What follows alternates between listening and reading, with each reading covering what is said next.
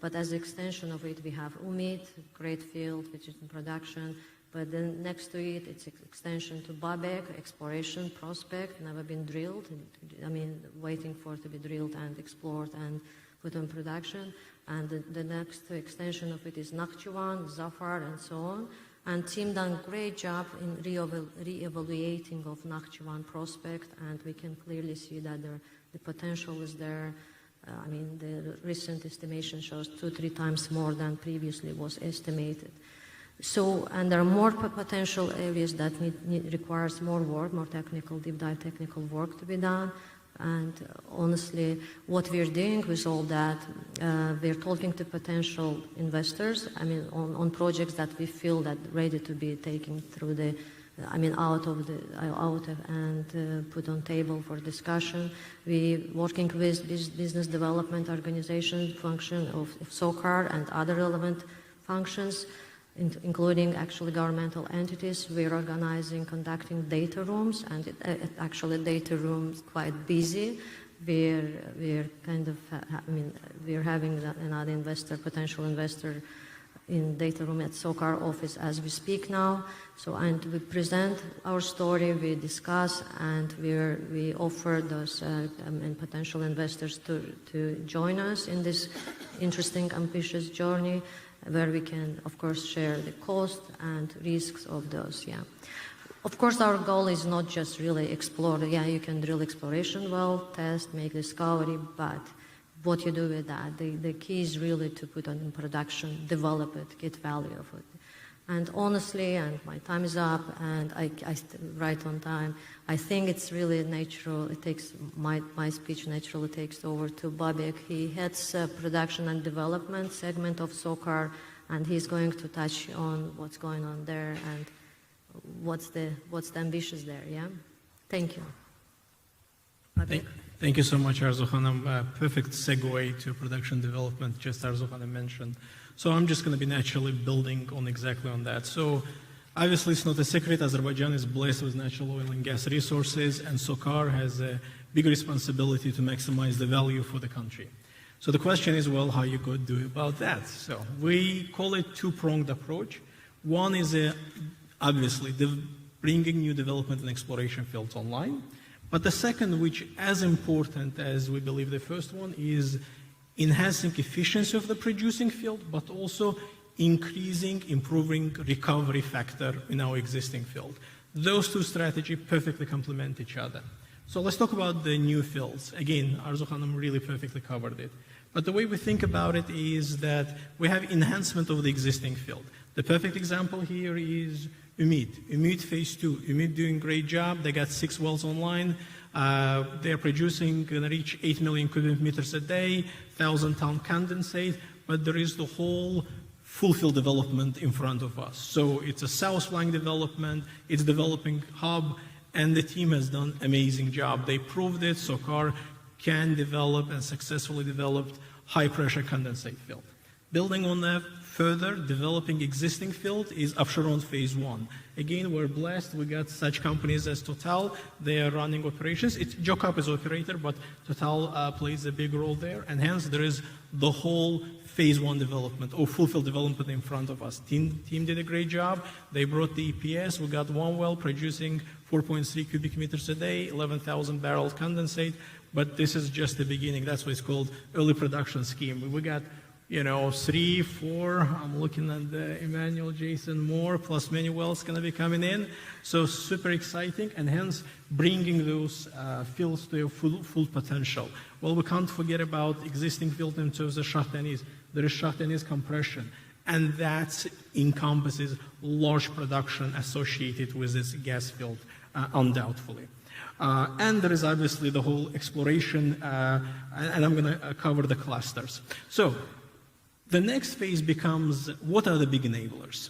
One of the key concepts that's actually also been mentioned is infrastructure-led development and exploration. So what do we mean by that? Guys, we have again, international IOCs operating in Azerbaijan, such as BP, for over 30 years. They build a long-lasting offshore infrastructure that's been built 30 years. We know it's going to, with additional improvement, it's going to last 30 more. So, and that infrastructure has knowledge in it. It has huge potential. Example, BTC, it's, no question, it's not a secret, it's 40% has a knowledge. So heavily focusing on infrastructure-led development and exploration. What it's going to allow? It's going to allow us to reduce the capex enormously. It's going to allow us making those marginal projects before that potentially we were not overlooking, they're going to make them profitable. So this is key strategies that will take us to the next level. And when we say exploration, again, we coordinate with Arzu Hanım on that front, is you can pretty much really start targeted exploration around that existing infrastructure. If it's 1 million, even 5 million, barrel filled, you just connect it. Otherwise, you would have never brought to development. So that's why the capex saving, ILX as we call it, that's why it becomes super critical. So when we think about our fields, right, we think about those 3 clusters. And you're going to be hearing quite a bit from us. So northern cluster, it's an oil-focused cluster. We call it oil-focused. It's the ACG, Karabakh, and Adua, just like Arzu Hanım mentioned. Extremely excited that Karabakh is ready to come online, very soon, and we don't accept anymore 7 years development program. No, that's 16th, 18th century. I'm just exaggerating here, obviously. But we're talking about coming to production 3 years, guys. We're talking about coming production 3 to 5 years. That's a key. That's how we're going to operate. And we're going to be talking about OFSCs, oilfield services, contractors, who are going to support us in that journey. Again, 7 years type deal, it's not acceptable, and especially in Karabakh because it's a development field. There are 3 exploration wells, 1 appraisal. But think about it. We automatically know already its connection to Chirag, right? So going back to that topic again, infrastructure-led development. It's going to be one-way direct connection to ACG field. And if you start thinking that way, then your next step becomes there's going to be big coordination required. So imagine work that SOCAR needs to execute in terms of the NOC of this country, bringing those resources together, making sure that knowledge, that infrastructure, so forget about knowledge, that infrastructure utilized for the benefit of Azerbaijan. So super critical, and that's why SOCAR going to be taking a lead role there. So I talked about the northern cluster. Center cluster is a gas focus, you guys know, Shahtanis, Absheron, and we believe God created them together for the reason. So I'll leave it there. Next and finally, last one is southern cluster, and southern cluster, it's Ümid, Babək, Nakhchivan, and Zafer Mashal, just as Arzu Hanım mentioned. Again, quite large potential there. Exploration team did a good job highlighting, potential of the few of those exploration fields. And as the team mentioned, they are heavily working with our business development team to bring in those opportunities to fruition. And finally, I want to talk about the second leg of the stool. That's efficiency and improving recovery factor from our existing field. Super, super critical, cannot highlight more that. So let's take ACG, guys. So far we produced 4 billion barrels. We believe we got another 4 to go. I'll let Roshin speak on that one, the operator. But to be able to do that is, guys, conventionally acceptable 30%, 40% ultimate recovery factor, we're saying it's not acceptable. But you got to be careful, right? There is engineering behind it. You can't throw those words like that. But we do know that. The field has been operated for the last 30 years. We know that permeability and porosity, especially for Fassilia, makes that field top 10 fields in the world, top quartile.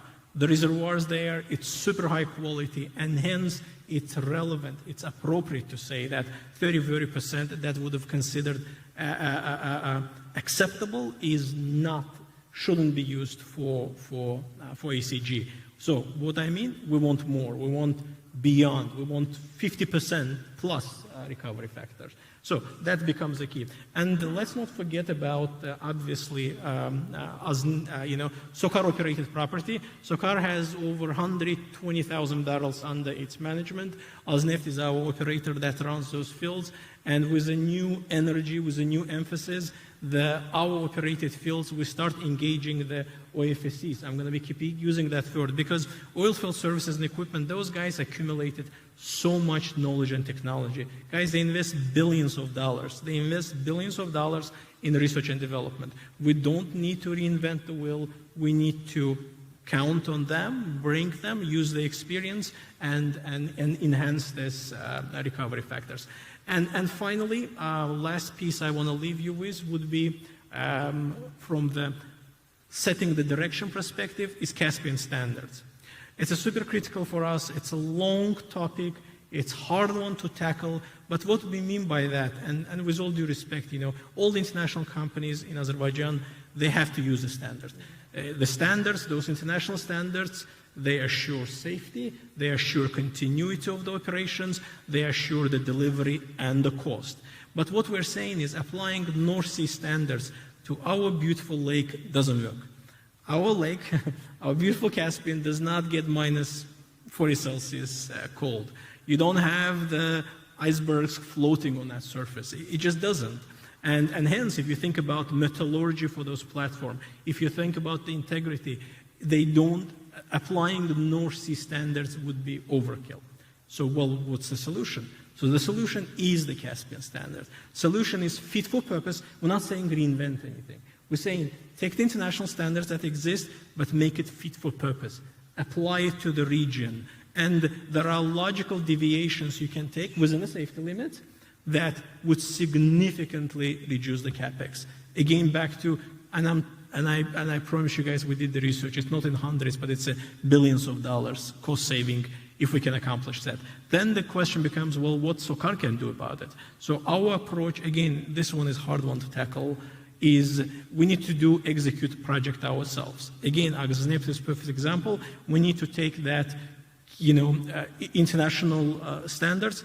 We need to make it fit for purpose, build the infrastructure, build the subsea pipeline within that Caspian standard, show it to IOCs that it works, show it how much money we save, and then pretty much ask the IOCs to follow our lead. So my time is up at this point, but I have very great honor and privilege to introduce Roshni Musay. She's a Vice President of Subsurface for AGT. So Roshni, I'll try to set up maybe the stage on a few of those themes. If any of those resonates with you, I appreciate maybe to evolve on that, but also please feel free to dive in the topics you would like to start the discussion. So thank you very much for the panel. Please.